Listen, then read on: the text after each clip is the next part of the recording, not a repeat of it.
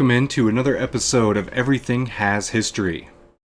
Flags not only represent national pride, they represent causes.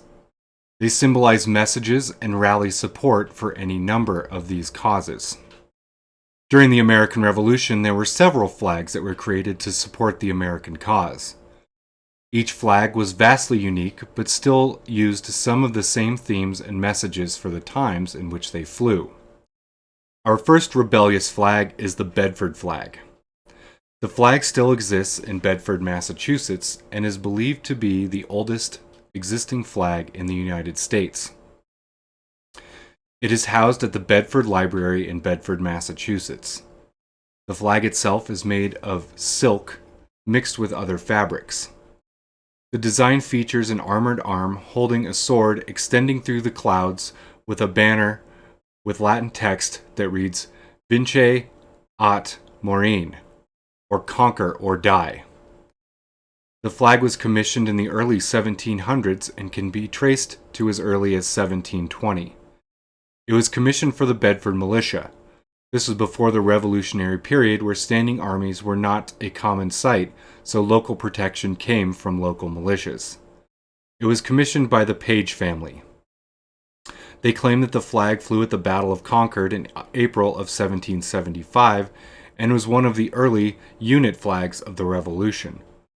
Although it is somewhat disputed that the flag flew at the battle, there is a reference in a British officer's diary regarding a similar-looking flag flying at that battle. In 1875, the flag was sent to Concord to celebrate the centennial of the Battle of Concord. It was also sent back to the Page family in Bedford to celebrate the 150th anniversary of Bedford, Massachusetts. In 1885, the flag was transferred to the Bedford Library and is the official flag of Bedford, Massachusetts. Our next flag is the Appeal to Heaven flag. The Appeal to Heaven flag has its origins in Massachusetts as well during the very early stages of the Revolutionary period. This flag is specifically a unit flag or flag representing a specific unit within a larger army. It was used as the official ensign of the fledgling Continental Navy and was adopted by General George Washington for this purpose in 1775.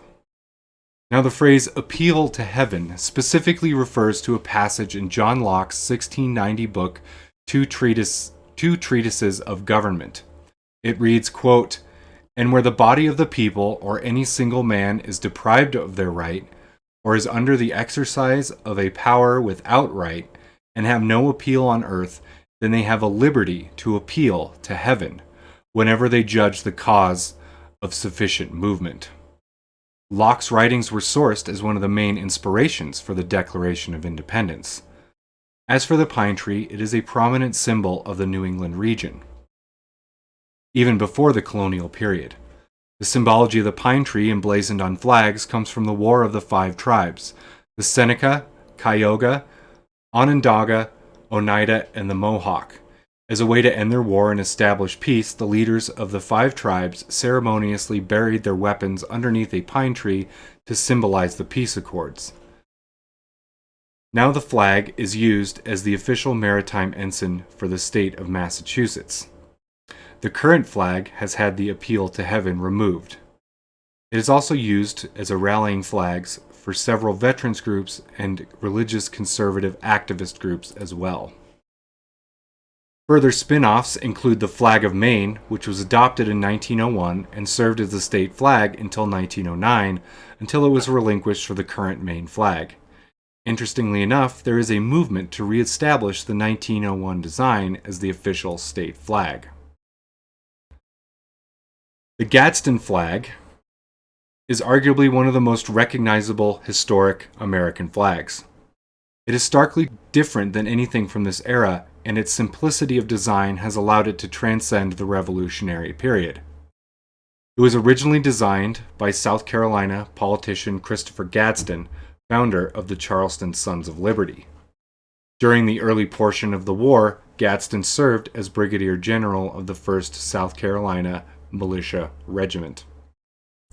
The yellow flag features a rattlesnake with 13 rattles representing the 13 colonies.